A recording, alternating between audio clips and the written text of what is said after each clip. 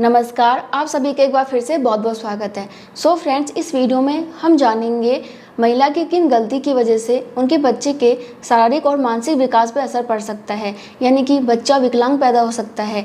देखिए, वैसे तो सभी महिलाएं चाहती हैं कि उनका बच्चा स्वस्थ पैदा हो, बिल्कुल सुंदर पैदा हो, लेकिन कई बार ऐसा होता है कि कुछ गलती की वजह से, जानकारी की अभाव की वजह से कई बार बच्चे के शारीरिक और मानसिक विकास पर असर पड़ सकता है। देखो, वैसे तो ये ऊपर वाले की इच्छा ही होती है कि कौन बच्चा कैसे पैदा होगा, लेकिन हम यही कामना करेंगे कि जितने भी बच्चे पैदा होते हैं बिल्कुल स्वस्थ रहें, सुंदर रहें और उन पर भगवान की कृपा बनी रहे। तो चलिए अब जानते हैं कि आप कौन कौन सी गलतियां कर देती हैं जिस वजह से कि बच्चे को उसका खामियाजा भुगतना पड़ सकता है। वैसे तो देखिए, आप पूरी प्रेगनेंसी में क्या खा रही हैं, क्या पी रही हैं, कैसा आपका लाइफ स्टाइल है, इसका असर बच्चे पे पड़ता है। तो अगर आप चाहती हैं कि आपका बच्चा हेल्दी रहे, स्वस्थ रहे, सुंदर बने, सुंदर मतलब ये है कि बच्चे की स्किन अच्छी हो, है ना, बॉडी अच्छी हो, तो उसकी बात कर रहे हैं हम, कलर की बात नहीं कर रहे हैं, ठीक है। और आपकी प्रेगनेंसी हेल्दी रहे, तो इसके लिए आपको स्टार्टिंग से ही मेहनत करना होता है, स्टार्टिंग से ही ध्यान रखना होता है। जैसे ही आप प्रेग्नेंट होती हैं, आपको हर एक चीज़ का ध्यान रखना स्टार्ट कर देना चाहिए। तो सबसे पहले जो ध्यान आपको रखना होगा वो रखना होगा विटामिन डी और कैल्शियम का। देखिए, अगर आपके शरीर में विटामिन डी और कैल्शियम की कमी होगी तो ऐसे में आपके बच्चे के हड्डियों के विकास पर असर पड़ता है और बच्चे के हाथ और पैरों में विकलांगता आ सकती है। तो इसीलिए आपको प्रेगनेंसी में थोड़ी देर धूप में बैठना है, मतलब कि ठंड के मौसम में आप धूप में बैठ सकती हैं, धूप ले सकती हैं, सुबह का धूप ले सकती हैं, जो बिल्कुल मॉर्निंग में धूप आता है ना, सन आता है, उसका आप धूप ले सकती हैं। वो ज़्यादा गर्म भी नहीं होता, तो आराम से आप उस समय टहल सकती हैं और आपको विटामिन डी मिलेगा। बाकी आपको डॉक्टर भी विटामिन डी देती हैं, इसके अलावा आपको कैल्शियम देती हैं सप्लीमेंट के रूप में। तो देखिए, आपको वो ज़रूर लेना है। कई बार आप पैसे की वजह से या फिर ना लेने की वजह से, नहीं हम तो दूध पी रहे हैं, हमें तो कोई ज़रूरत नहीं है इसकी, लेकिन ज़रूरत है, डॉक्टर देती हैं तो उसको लीजिए और टाइम पे लीजिए। तो सप्लीमेंट भी लेना बहुत ज़रूरी है, जो भी आपको डॉक्टर देती हैं। इसके अलावा देखिए, घर में आपको ऐसी चीज़ें खानी जिसमें कि आपको कैल्शियम अच्छी मात्रा में मिले, ताकि आपको भी कैल्शियम मिलता रहे, आपकी हड्डियां मजबूत रहें और साथ ही साथ आपके बच्चे की हड्डियों का विकास भी अच्छा रहे। और अगर हम बात करें आयरन के बारे में, तो देखिए, आपके बच्चे के लिए आयरन भी बहुत ज़रूरी है। कई बार आयरन की कमी की वजह से, फोलिक एसिड की कमी की वजह से ना बच्चे के मस्तिष्क पे बुरा असर पड़ता है, बच्चे की रीढ़ की हड्डी पे बुरा असर पड़ता है, यानी कि बच्चे को तंत्रिका तंत्र से रिलेटेड प्रॉब्लम्स हो सकती है। इसलिए आपको प्रेगनेंसी में फोलिक एसिड ज़रूर लेना है। और कई बार ऐसा होता है कि बहुत सारी आयरन वाली चीज़ें होती हैं, उनमें भी आपको फोलिक एसिड मिल जाती है और स्टार्टिंग में डॉक्टर भी आपको फोलिक एसिड का सप्लीमेंट देते हैं। तो आपको आपके डॉक्टर से पूछ के फोलिक एसिड का सप्लीमेंट भी लेना है। साथ ही साथ आपको आयरन वाली चीज़ें खानी है, जिन चीज़ों में फोलिक एसिड होता है उन सभी चीज़ों को खानी है, ताकि आपके बच्चे का दिमागी विकास अच्छा रहे। इसके अलावा आपको प्रोटीन भी अच्छी मात्रा में लेना है, ताकि आपके बच्चे का जो मांसपेशियां हैं वो भी काफ़ी मजबूत बने, क्योंकि प्रोटीन से ही मांसपेशियां बनती हैं, मजबूत बनती हैं। तो प्रोटीन बहुत ज़रूरी है आपके बच्चे के लिए, नहीं तो फिर आपके बच्चे की बॉडी में दिक्कत आती है।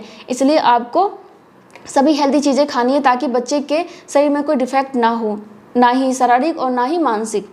इसके अलावा देखिए, कई बार ऐसा होता है कि हमें दर्द होता है प्रेगनेंसी में और हमें डॉक्टर बता देते हैं कि दर्द हो तो ये मेडिसिन ले लो, लेकिन ज़रूरत से ज़्यादा दर्द की दवा लेना भी आपके बच्चे की सेहत के लिए अच्छा नहीं होता। क्योंकि देखिए, प्रेगनेंसी में कई बार हमारे कमर में, पेट में, पैरों में, सिर में दर्द होता रहता है और कई बार हम बिना डॉक्टर से पूछे ही मेडिसिन ले लेते हैं। कई बार डॉक्टर बता देते हैं तो उसको हम ज़रूरत से ज़्यादा ले लेते हैं। तो ऐसे में बच्चे के शरीर में डिफेक्ट हो सकता है, बच्चे में विकलांगता आ सकती है। तो इसलिए ज़रूरत से ज़्यादा दर्द की दवा भी मत लीजिए, ठीक है। बहुत ज़्यादा दर्द है तो डॉक्टर के पास जाइए, देखिए क्या दिक्कत है। हल्का फुल्का है तो वो नॉर्मल है, उतने में आपको परेशान नहीं होना, ठीक है। यानी कि ज़्यादा आपको दवाइयाँ नहीं लेनी है दर्द वाली, ठीक है। सप्लीमेंट लेना है, ठीक है। प्रोटीन पाउडर हो, चाहे कैल्शियम हो, आयरन हो, फोलिक एसिड हो, टाइम पे लीजिए। इसके अलावा अगर प्रेगनेंसी में आपको इन्फेक्शन हो गया है, वायरल इन्फेक्शन हो गया है, तो उसका इलाज तुरंत करवाइए, क्योंकि कई बार मौसम चेंज हो जाता है तो हमें इन्फेक्शन वगैरह हो जाता है। कई बार हम लोगों के संपर्क में आते हैं तो हमें इन्फेक्शन हो जाता है। मान लीजिए किसी को सर्दी जुकाम की प्रॉब्लम है, उसके पास हम गए तो हमें भी हो जाता है। तो ऐसे लोगों से बच के रहिए, भीड़ भाड़ में जाने से बचिए, तो ऐसे में आप वायरल इन्फेक्शन से बचे रहेंगे। इसके अलावा बहुत सा महिलाओं को प्रेगनेंसी में वजाइनल इन्फेक्शन हो जाता है, यूटीआई वगैरह हो जाता है, मतलब कि बहुत टाइप के वजाइनल इन्फेक्शन होते हैं। तो अगर आपको वजाइनल इन्फेक्शन हो गया है, यानी कि मूत्र मार्ग का संक्रमण हो गया है या फिर कोई और भी संक्रमण हो गया, तो ऐसे में आपके बच्चे के सुनने और बोलने की क्षमता पे असर पड़ सकता है, यानी कि बच्चा गूंगा और बहरा पैदा हो सकता है। अगर आपके बच्चे तक इन्फेक्शन पहुंच गया तो बच्चे के लिए काफ़ी खतरनाक हो सकता है। इसलिए प्रेगनेंसी में इन्फेक्शन होने पर डॉक्टर से ज़रूर मिलिए और मेडिसिन लेके टाइम पर उसका इलाज करवा लीजिए। इसके अलावा देखिए, अगर आप ऐसी जगह पर रहते हैं जहाँ की बहुत ज़्यादा शोरगुल होता है, बहुत ज़्यादा हल्ला मचता है, या फिर आपकी भी आदत है बहुत ज़्यादा चिल्ला के बात करने की, दिन भर आप चिल्लाते रहते हैं, क्योंकि बहुत से महिलाओं की आदत होती है ना घर में दिन भर चिल्लाने की। अगर आपकी भी आदत है तो मैं आपको ये कहूँगी, ये आदत बंद कर लो। ज़्यादा शोरगुल में जाते हो तो वो आदत बंद कर लो। आपको बहुत तेज़ गाना सुनने की आदत है तो वो भी आदत बंद कर लो, क्योंकि ज़्यादा आवाज़ की वजह से बच्चे कि कान पे असर पड़ता है और बच्चा बहरा हो सकता है, बच्चे की सुनने की क्षमता पे असर पड़ सकता है।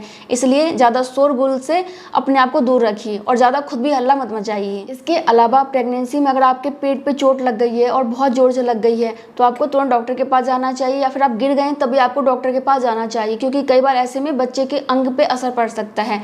और बहुत सारी महिलाएं क्या गलती करती हैं कि काम करते टाइम या फिर सोते टाइम या फिर बैठते टाइम ना अपने पेट को दबा के बैठती हैं, तो ऐसे में भी आगे बच्चे के अंग पे असर पड़ सकता है, विकास पे असर पड़ सकता है।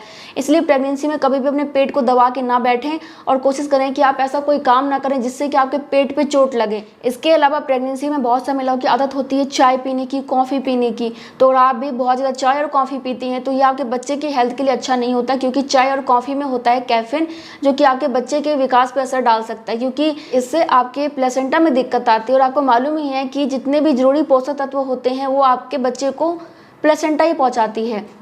अगर प्लेसेंटा में दिक्कत आ जाएगी तो आपके बच्चे के विकास पे असर पड़ना ही है। इसलिए चाय कॉफ़ी ज़्यादा नहीं पीना, ज़्यादा कोल्ड ड्रिंक, शराब, सिगरेट, किसी प्रकार का नशा नहीं करना। नशा करने से तो बच्चे को बहुत ज़्यादा खतरा हो जाता है, समझ रहे हो आप, बहुत ज़्यादा खतरा हो जाता है, तो किसी प्रकार का नशा मत कीजिए। इसके अलावा देखिए, जो महिलाएं प्रेगनेंसी में काफ़ी ज़्यादा स्ट्रेस में रहती हैं, तनाव में रहती हैं, यहाँ तक कि डिप्रेशन में चली जाती हैं, ऐसे बच्चे के दिमागी विकास में बहुत बुरा असर पड़ता है। बच्चे का दिमाग कमज़ोर हो सकता है, बच्चे के IQ लेवल पर असर पड़ता है, और आगे चल के मतलब कि जब आपका बच्चा पैदा हो जाता है, जवान हो जाता है, तो उस टाइम आपके बच्चे को भी डिप्रेशन में जाने का खतरा रहता है, और यहाँ तक कि आपका बच्चा ये सोच सकता है कि मैं सुसाइड कर लूँ। तो आप खुद सोच सकते हैं कि ये कितना खतरनाक हो सकता है, और ऐसा रिसर्च में आया है, इसलिए मैं आपको बता रही हूँ। तो प्रेगनेंसी का तनाव आपके बच्चे को आगे परेशानी पैदा कर सकता है, और आपका बच्चे का दिमागी विकास भी कम रह जाएगा। और आप ऐसा क्यों चाहेंगे कि आपका बच्चा दिमागी रूप से कमज़ोर हो, मंदबुद्धि हो, है ना। इसलिए टेंशन नहीं लेना। टेंशन है, परेशानी है, घर वालों से बात कीजिए, नहीं समझ में आता डॉक्टर के पास जाके उनसे बात कीजिए, आखिर क्या दिक्कत है, तो अपने आप ही सब सॉल्व हो जाएगा, ठीक है। इसके अलावा देखो, कई बार जो विकलांगता है वो अनुवांशिक होता है। अगर फैमिली में यह प्रॉब्लम चली आ रही है या फिर पहले भी किसी को कोई परेशानी हुई है तो शायद हो जाए, ठीक है, तो ये अनुवांशिक भी हो सकता है। इसके अलावा अगर किसी महिला को प्रेगनेंसी में कोई कॉम्प्लिकेशन है, किसी प्रकार की बीमारी है, तो ऐसे में भी बच्चे को यह परेशानी मतलब कि कोई परेशानी हो सकती है। सो फ्रेंड्स, ये थे बच्चे का विकलांग पैदा होने के पीछे के कारण। बाकी तो देखिए, कुछ चीज़ें ऊपर वाले के हाथ में होती हैं, उसमें आप कुछ नहीं कर सकते हैं, लेकिन अगर आप कुछ गलतियाँ कर रही थी या कर रही हैं तो उनको मत कीजिए, और अपने डॉक्टर के संपर्क में रहिए, और अपने खाने पीने का ध्यान रखिए, क्योंकि कई बार अगर आप ढंग से खाते पीते नहीं हैं तो भी आपके बच्चे के विकास पर असर पड़ता है। और आप किस हिसाब से अपने दिनचर्या को अपना रही हैं उस चीज़ का ध्यान रखिए, क्योंकि प्रेगनेंसी में एक हेल्दी लाइफस्टाइल अपनाना बहुत ज़रूरी है, तभी बच्चा स्वस्थ होता है। तो इन सब चीज़ों का ध्यान रखिएगा। बाकी कुछ भी पूछना है तो आप पूछ सकते हैं, कमेंट कर सकते हैं, और मैं मिलती हूँ नेक्स्ट वीडियो में। तब तक के लिए bye bye, thank you so much, नमस्ते।